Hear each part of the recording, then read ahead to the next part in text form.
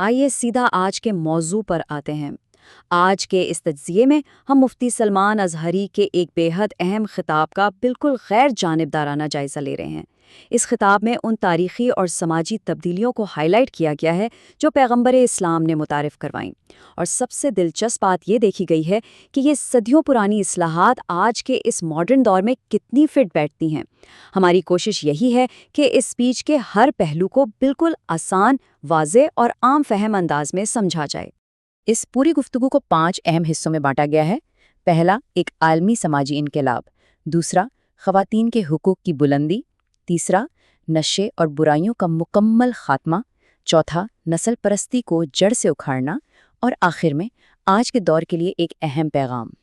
پہلے حصے کی طرف آتے ہیں، یعنی ایک عالمی سماجی انقلاب۔ مقرر یہاں اس بات پر خاص زور دیتے ہیں کہ یہ تاریخی اصلاحات کسی ایک مخصوص قوم یا علاقے کے لیے نہیں تھیں، بلکہ انہوں نے پوری انسانی تہذیب کو جہالت کے گھنگھور اندھیوں سے نکال کر ایک نئے سماجی انقلاب کی طرف گامزن کیا۔ دیکھا جائے تو یہ محض ایک مذہبی تبدیلی نہیں تھی، اصل میں یہ پوری انسانیت کی بقا کا آغاز تھا۔ اپنی بات میں وزن پیدا کرنے کے لیے یہاں ایک ہندو شاعر کے اشعار کا حوالہ دیا گیا ہے۔ عشق اگر ہو جائے تو چارہ نہیں، محمد پہ صرف مسلمان کا اجارہ تو نہیں۔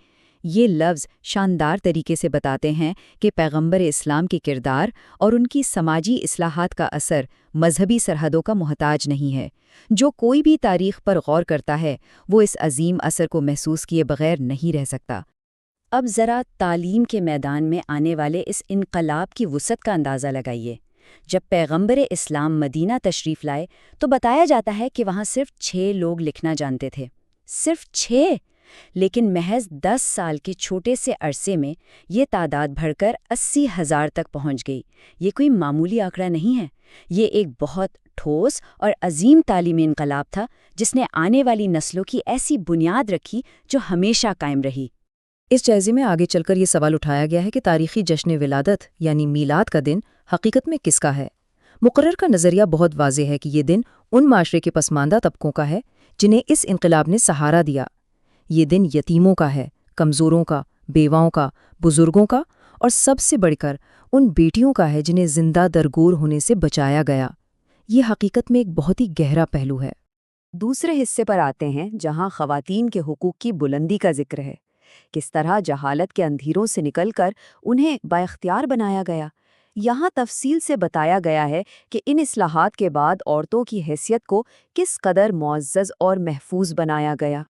اگر ہم موازنہ کریں تو اسلام سے پہلے کے اس تاریک دور میں جہاں بیٹیوں کو زندہ دفن کرنے کا رواج تھا اور بیواؤں کو معاشرے سے بالکل کاٹ دیا جاتا تھا، یہاں تک کہ انہیں نحوست کی علامت سمجھا جاتا تھا، اس کے برعکس ان نئی اصلاحات نے بیٹیوں کی پرورش پر جنت کی ضمانت دی اور بیواؤں سے نکاح کو فروغ دے کر انہیں واپس معاشرے کا عزت دار حصہ بنایا۔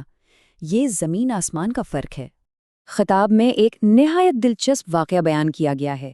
قدیم دور میں یہ بحث عام تھی کہ کیا عورت انسان بھی ہے، اور انہیں کڑیاں اور زنجیریں پہنائی جاتی تھیں، لیکن ان اصلاحات نے ظلم کی ان 5 زنجیروں کو توڑ کر انہیں خواتین کے 5 زیورات میں تبدیل کر دیا، جیسے گلے کا ہار، ہاتھوں کی چوڑیاں اور پیروں کی پائل، ایک بہترین استعارہ جو عورت کی مکمل آزادی اور عزت کو واضح کرتا ہے۔ اور اگر تحفظ کی بات کریں تو اس سے بڑی مثال کیا ہوگی کہ ایک یہودی عورت کو مدینہ سے یمن جانا تھا تو 2 نوجوان صحابہ کو ان کی حفاظت کے لیے روانہ کیا گیا۔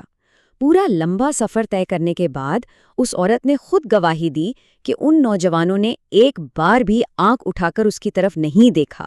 حفاظت اور احترام کا یہ اعلیٰ ترین معیار تھا جس نے اس عورت کو بالکل حیران اور متاثر کیا۔ اب بڑھتے ہیں تیسرے اہم حصے کی طرف، نشے اور برائیوں کا خاتمہ۔ یہ وہ بنیادی سماجی اصلاح تھی جس نے اس وقت کے معاشرے کا رخ ہی بدل کر رکھ دیا۔ ذرا اس تاریخی لمحے کا تصور کیجیے۔ اس وقت لوگ 50 سال پرانی شراب پینے پر فخر کرتے تھے، لیکن جیسے ہی ممانعت کا حکم آیا، مدینہ کے لوگوں نے شراب کے مٹکے وہیں کے وہیں توڑ دیے۔ مدینہ کی گلیوں میں اس دن وہ قیمتی شراب پانی کی طرح بہہ رہی تھی۔ ایک ہی حکم اور صدیوں پرانی عادت بالکل جڑ سے اکھڑ گئی۔ حیرت انگیز بات ہے نا؟ اسی واقعے کو بنیاد بنا کر خطاب میں ایک بہت ہی چبھنے والا سوال اٹھایا گیا ہے۔ وہ تاریخی قوم جس نے صرف ایک حکم آنے پر نشے کو ہمیشہ کے لیے چھوڑ دیا، آج اسی قوم کے نوجوان نشے اور برائیوں میں کیوں دھنستے جا رہے ہیں؟ یہ سوال تاریخی فتح کو آج کے سماجی مسائل کے ساتھ جوڑتا ہے اور بالکل سوچنے پر مجبور کر دیتا ہے۔ تاریخ کے سائنے میں جب آج کے دور کو دیکھا جاتا ہے تو مقرر جدید سوشل میڈیا پر سخت تنقید کرتے ہیں۔ ان کا ماننا ہے کہ جو فری سوشل میڈیا ایپس ہیں وہ اصل میں ایک باقاعدہ منصوبہ بندی کا حصہ ہیں۔ مقصد کیا ہے؟ معاشرے میں بے حیائی کو عام کرنا۔ ان کے مطابق یہ پلیٹ فارمز دھیرے دھیرے ہمارے معاشرے سے عزت اور حیا کے کانسیپٹ کو ہی ختم کر رہے ہیں۔ اس گرتی ہوئی اخلاقیات کے حوالے سے ایک رونگٹے کھڑے کر دینے والی پیش گوئی کا ذکر بھی ملتا ہے۔ بتایا گیا کہ ایک دور آئے گا جب سڑک پر بالکل عام طور پر برائی ہو رہی ہوگی اور اس وقت کا سب سے شریف انسان بھی صرف اتنا کہے گا کہ بھائی تھوڑا دیوار کے پیچھے چلے جاؤ۔ یعنی برائی اتنی نارمل ہو جائے گی کہ اسے روکنا نہیں، صرف نظروں سے اوجھل کرنا ہی اچھائی سمجھا جائے گا۔ یہ واقعی فکر کی بات ہے۔ چوتھے حصے میں ہم آتے ہیں نسل پرستی اور ذات پات کے خاتمے کی طرف، جہاں عالمی انسانی مساوات کی بات کی گئی ہے۔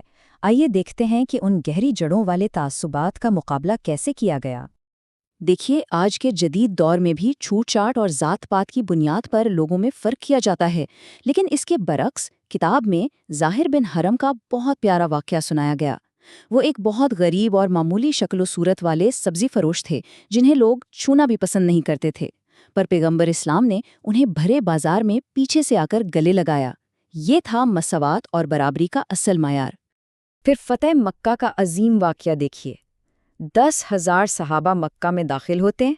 انتقام لینے کی پوری طاقت موجود تھی، لیکن اعلان کیا ہوا؟ عام معافی کا۔ اور سب سے زبردست بات یہ کہ حضرت بلال، جن پر کبھی مکہ میں بے تحاشا ظلم ہوئے تھے اور جنہیں غلام سمجھا جاتا تھا، انہی کے نام کا جھنڈا لگایا گیا۔ کہا گیا کہ جو اس جھنڈے کے نیچے آئے گا وہ محفوظ ہوگا۔ سماجی تبدیلی کی اس سے بڑی مثال اور کیا ہو سکتی ہے؟ اور اب ہم آتے ہیں اس گفتگو کے آخری حصے پر، آج کے دور کا پیغام۔ خطاب کا نچوڑ یہ ہے کہ صرف ماضی پر فخر کرنا کافی نہیں ہے، بلکہ ان تاریخی اصلاحات کو عمل میں لانا ضروری ہے۔ کہ آخر میں موجودہ معاشرے سے کچھ واضح مطالبات کیے گئے ہیں۔ ان میں شاملوں کو ماڈرن برائیوں اور نشے کا بائیکاٹ کرنے کا کہا گیا ہے، خواتین کی عزت اور ان کے تحفظ کو یقینی بنانے پر زور دیا گیا ہے، اور سب سے اہم، پیغمبر اسلام کے کردار کو اپنی روزمرہ کی زندگی میں اپنانے کی بات کی گئی ہے۔ پیغام بالکل کلیئر ہے، ہمیں صرف نام کا نہیں بلکہ ان تاریخی اصلاحات کا حقیقی سفیر بننا چاہیے۔ ہمارے اس جائزے کا اختتام ایک بہت ہی فکر انگیز سوال پر ہوتا ہے۔ کیا ہمارا آج کا معاشرہ ان عظیم تاریخی اور سماجی اصلاحات کی تصویر پیش کر رہا ہے، یا ہم پھر سے گھوم پھر کر اسی جہالت کے دور میں واپس جا رہے ہیں جہاں سے انسانیت کو نکالا گیا تھا؟